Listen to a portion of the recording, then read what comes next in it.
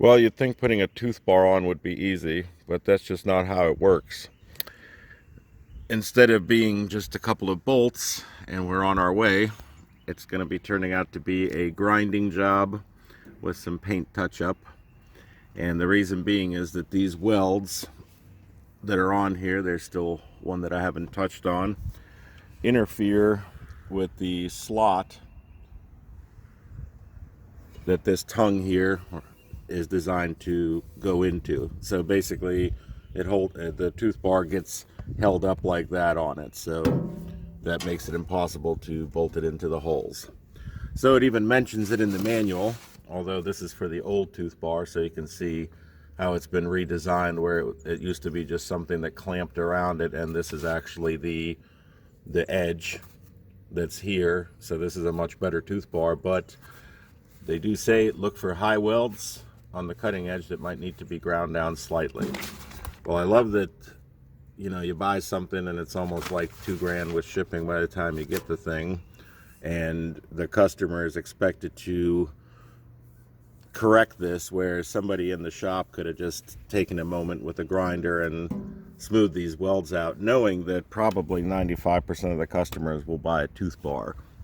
But I like that instead of fixing the problem so it's a better product, they just acknowledge their craftsmanship and basically, you can fix it yourself. So thanks a lot, Johnny Bucket, again.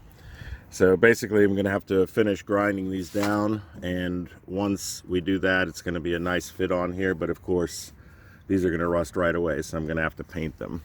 So as soon as we're done grinding it down, do a touch of paint on it.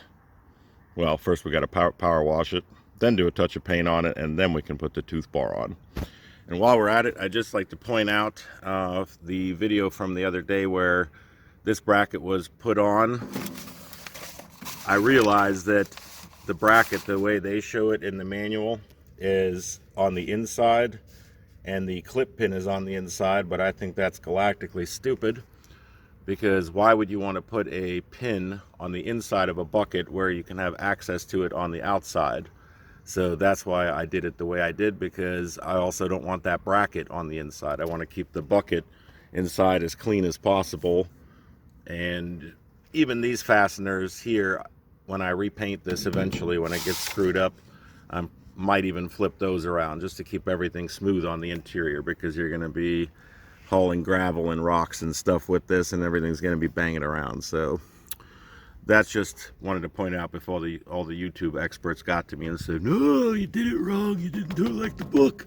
Well, I did it my way because I like it better that way. So there. So let's get this ground down and then get it washed up, and then we'll move on to the next step here.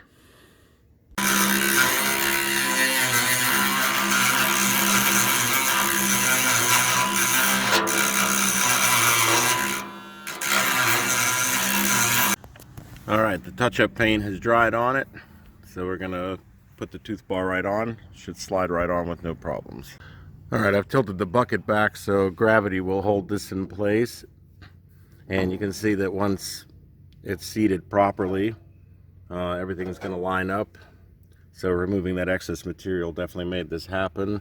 Before, the way it looked is it would basically just be sticking up like this, and I couldn't budge it because of the welds, which would be right around on this point. So all the paint work is going to be concealed. So we're almost done, but just one final snag.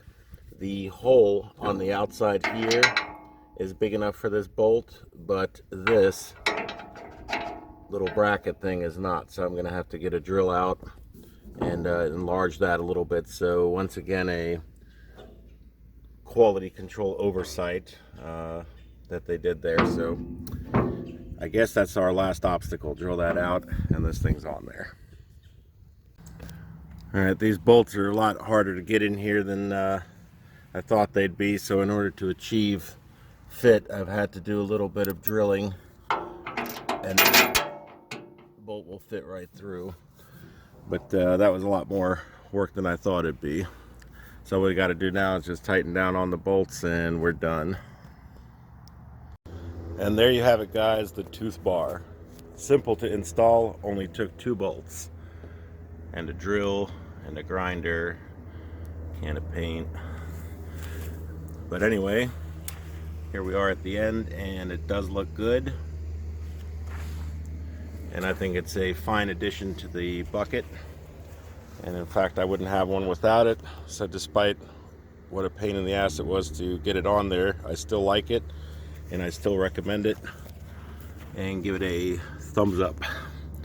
So all that's left on this project is now to do the wiring, and we will have this thing in operation. So I'll get started on that tonight, and I'll see you on the next video.